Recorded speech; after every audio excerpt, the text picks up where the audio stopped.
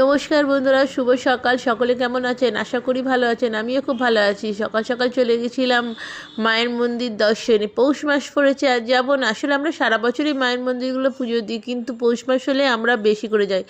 তাই আগে চলে গেছিলাম মুলাজোরে কালীবাড়ি শ্যামনগরে। কিন্তু এই যে মায়ের মূর্তিটা, এটা হচ্ছে চৌরঙ্গী কালীবাড়ি, মুলাজোরে কালীবাড়ি থেকে একটু আগে। যেহেতু আমাদের মুলাজোরে কালীবাড়ি মায়ের মন্দিরের ছবি তোলা নিষিদ্ধ, তাই দেখাতে পারিনি। তাই আগে আপনাদের ঠাকুর দর্শন করানোর জন্যে মায়ের মূর্তিটা দর্শন করিয়ে দিলাম। খুব সুন্দর, চোখ ফেরানো যায় না। তো এখানে আছে মহাদেব, আছে রাধা গোবিন্দ, সব মন্দির আছে। তাছাড়া ঠাকুরমশাই এত যত্ন করে আমাদের পুজো করিয়েছিল, মন ছুঁয়ে গেছিলো।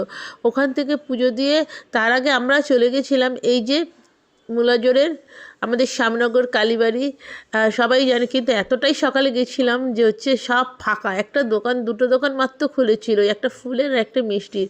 সেখান থেকে আমরা পুজো দিই, পুজোটা দিয়ে মন ভরে গেছিলো। ঠাকুরমশাই এত যত্ন করে পুজো দিয়ে, কোনো ভিড় হয়নি, ঠাকুরকে দর্শন করেছি।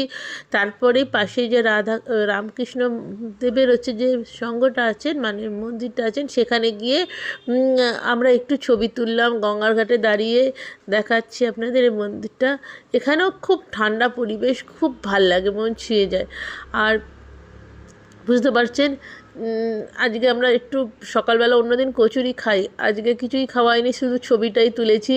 আসলে আমার এতটাই ফাঁকা ভাল লাগছিলো না, তাই মনে করলাম একদিন বিকেলে যাব, একটু ঠাকুরের প্রসাদ মুখে দিয়ে এই যে বড় বড় মিষ্টিগুলো শুধু দেখলাম। আর এই যে ফুল একটা দোকানই খুলেছিল। মেলাতে একটু যদি ভিড় না হয়, একটু যদি জমজমাট না হয়, ভালো লাগে না। তাই আবার আমিও যাব, আপনারাও আসুন দেখতে শ্যামনগরে।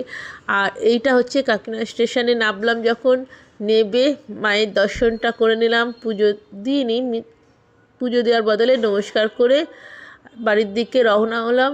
আসলে খিদে পেয়ে গেছিলো সকালবেলা খুব। আপনারা ভালো থাকুন, সুস্থ থাকুন, সবাইকে ভালো রাখুন।